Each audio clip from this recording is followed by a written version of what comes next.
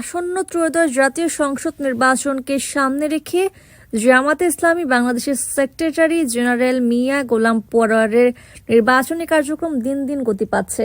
তিনি খুলনা ৫, ফুলতলা ও ডুমুরিয়া অঞ্চলের জামাতে ইসলামী ও সমমনা দলসমূহের জোট প্রার্থী। ২০০১ এর নির্বাচনে তিনি এই আসন থেকে বিপুল ভোটে বিজয়ী হন।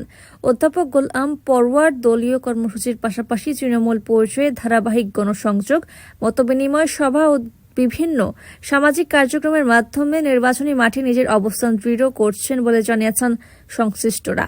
গত কয়েক সপ্তাহে মিয়া গোলাম পরোয়ার বিভিন্ন এলাকায় পথসভা, কর্মী সভা ও সাধারণ মানুষের সঙ্গে সরাসরি সাক্ষাতে অংশ নিয়েছেন। তার প্রচারণায় দুর্নীতিমুক্ত রাজনীতি, ন্যায় বিচার, সুশাসন এবং জনগণের মৌলিক অধিকার প্রতিষ্ঠার বিষয়গুলো গুরুত্ব পাচ্ছে। দলীয় নেতাকর্মীদের মতে দীর্ঘদিনের রাজনৈতিক অভিজ্ঞতা ও সাংগঠনিক দক্ষতার কারণে তার প্রতি সাধারণ ভোটারদের আগ্রহ বাড়ছে। বিশেষ করে তরুণ ও প্রথমবার ভোট দিতে যাওয়া ভোটারদের মধ্যে তার বক্তব্য ইতিবাচক সাড়া ফেলছে বলে দাবি করছেন জামাত নেতারা।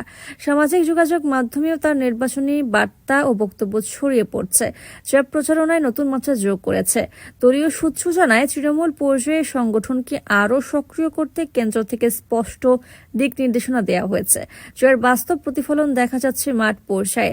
রাজনৈতিক বিশ্লেষকদের মতে বর্তমান রাজনৈতিক বাস্তবতায় মিয়া গোলাম পরোয়ারের ব্যক্তিগত গ্রহণযোগ্যতা এবং জামাতের সাংগঠনিক শক্তি তার জয়ের সম্ভাবনাকে জোরালো করছে। বিশেষ করে যেখানে ভোটাররা বিকল্প নেতৃত্ব ও স্বচ্ছ রাজনীতির প্রত্যাশা করছেন, সেখানে তিনি একটি শক্ত অবস্থান তৈরি করতে পেরেছেন বলে মনে করছেন তারা। তবে নির্বাচনের ফলাফল অনেকাংশে নির্ভর করবে সামগ্রিক রাজনৈতিক পরিবেশ, ভোটের সুষ্ঠুতা এবং ভোটার উপস্থিতির ওপর। সবকিছু অনুকূলে থাকলে মিয়া গোলাম পরোয়ারের জন্য নির্বাচনী লড়াইয়ে এগিয়ে যাওয়ার সুযোগ তৈরি হতে পারে বলে ধারণা সংশ্লিষ্ট মহলের। সব মিলিয়ে সক্রিয় প্রচারণা, সুসংগঠিত দলীয় কাঠামো ও স্পষ্ট রাজনৈতিক বার্তার কারণে জামাত ইসলামীর সেক্রেটারি জেনারেল মিয়া গোলাম পরোয়ার আসন্ন নির্বাচনে একজন আলোচিত ও সম্ভাবনাময় প্রার্থী হিসেবে বিবেচিত হচ্ছেন।